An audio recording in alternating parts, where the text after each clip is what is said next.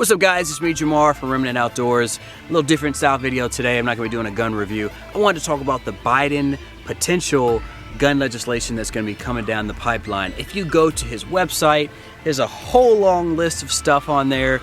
There's some regulation, like tightening regulation. There's some basically outright banning. There's a lot of control. I wanted to talk about that and discuss and dissect. There's going to be some things on there that I feel like has zero teeth. It's probably not going to make it past the House, but there are some things that do impact us as responsible shooters, as responsible gun owners, as responsible hunters, really a Second Amendment folk that just want to live our lives in the way that God designed it in a responsible, safe way without government controlling every aspect of what we do. There is some things that we have to be aware of and govern ourselves accordingly if some of these things get pushed through. So I'm going to detail the things that I feel like are most relevant to us, things that most likely could happen when Biden assumes office, and hopefully you could govern yourselves accordingly and make the judgments according to how you see fit on how to move forward in the future with your guns that you currently own and what you want to procure in the future.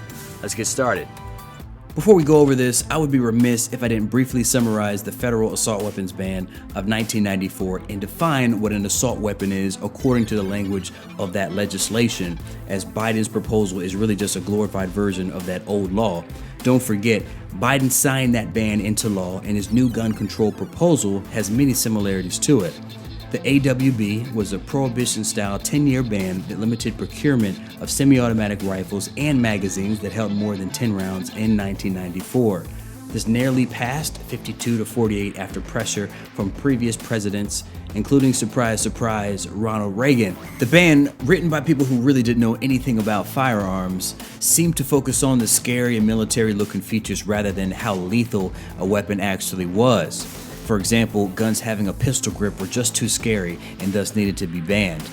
It was argued that only about 1% of violent crimes involve the usage of semi-automatic rifles, and that banning these guns won't have a massive effect on violent crime rates. And several reviews, well after the sunset of the ban, proved that this actually was a true postulation. Regardless, it appears that the Biden administration is focused on pushing the narrative that banning semi-autos and the arbitrarily chosen 10-round magazine limit will have a drastic effect on lives lost to gun violence. Okay, let's talk about what may happen and what may actually get passed. So the first and one of the more bigger things on here is the ban of semi-automatic rifles and high-cap magazines.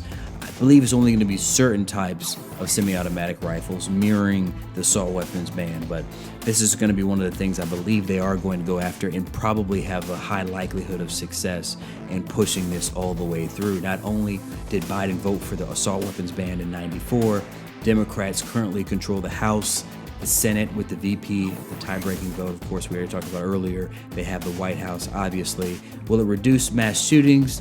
Maybe, but the majority of shootings aren't classified as mass shootings. They're just crime with pistols or shotguns. Not to mention, criminals don't typically use semi-automatic rifles, so you're not going to see a major decrease in violence with firearms involved, as we didn't see a major decrease from 1994 to 2004.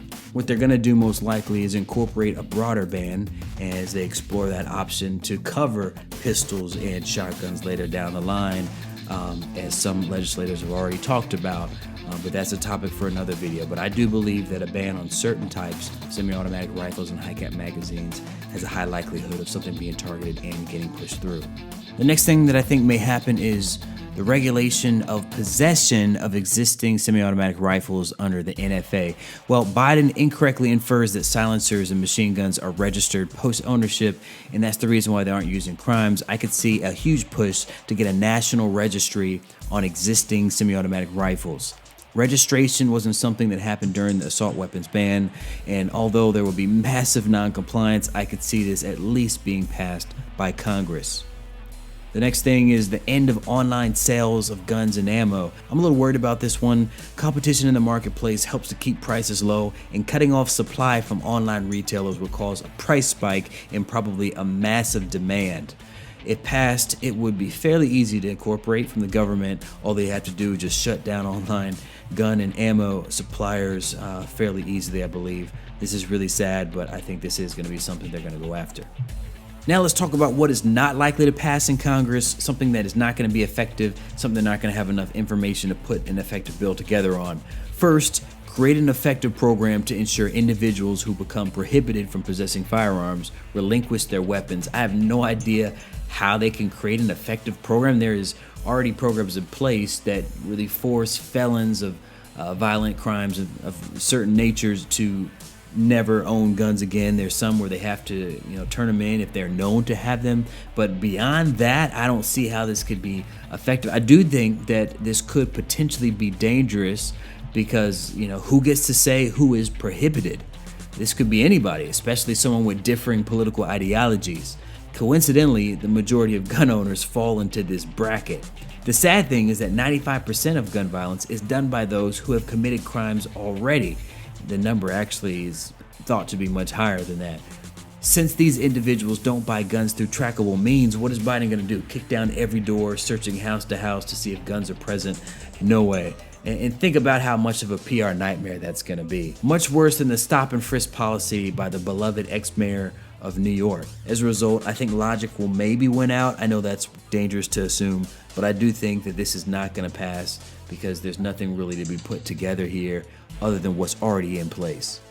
The next thing that is not likely to pass, and this is probably the silliest thing on his website, put America on the path to ensuring that 100% of firearms sold in America are smart guns. This is a pretty dumb idea because there's no objective timeline. It doesn't have any concise details about what this even looks like. I don't know what kind of sci-fi the Biden team is looking into, but smart guns in the very near future, that certainly isn't happening.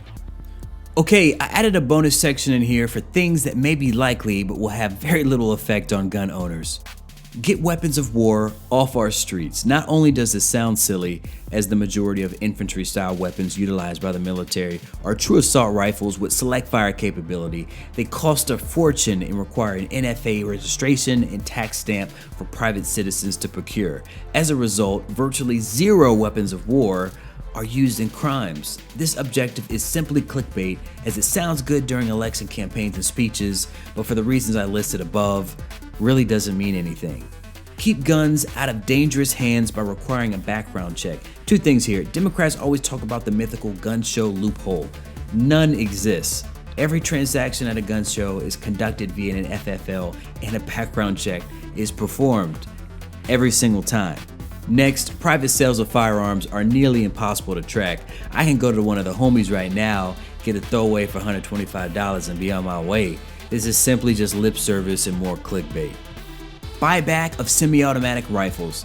This has been done on the West Coast for a number of years. People may turn in their low quality or poorly operating guns to get a quick buck, but it won't have an effect on non-compliant gun owners at all. I mean, do you really think violent criminals will turn in their ARs and AKs? Seriously. Reduce stockpiling by limiting purchases to one a month. This is kind of strange why this is even incorporated. Most people only buy one or two a year, if that. Just another clickbait objective in my opinion. In closing, the proposed bans by Biden appear pretty extreme at first glance, but the good news for responsible gun owners is that it's likely that there's only a few items that are really going to get pushed through Congress.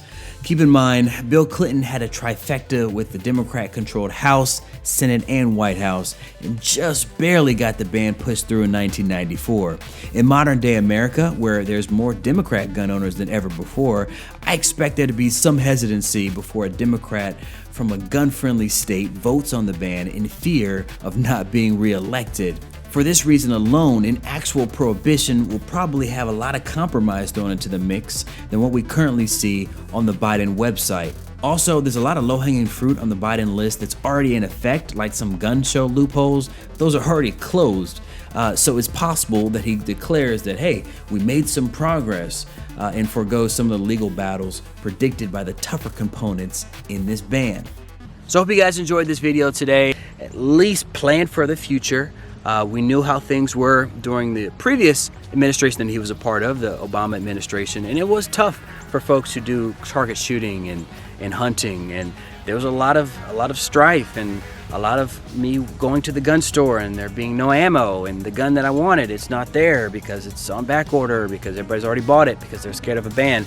So I just want people to plan ahead in case something like that happens. It's probably going to be on an order of magnitude a little bit higher than what we've seen before. And so you want to make sure that you are positioning yourself for the future now. So I just wanted to put that video out there. Hopefully you guys can get something out of it. And yeah, if you have any comments, any future videos that you want me to make, let me know in the comment section below. God bless, stay safe. We'll talk soon. Peace.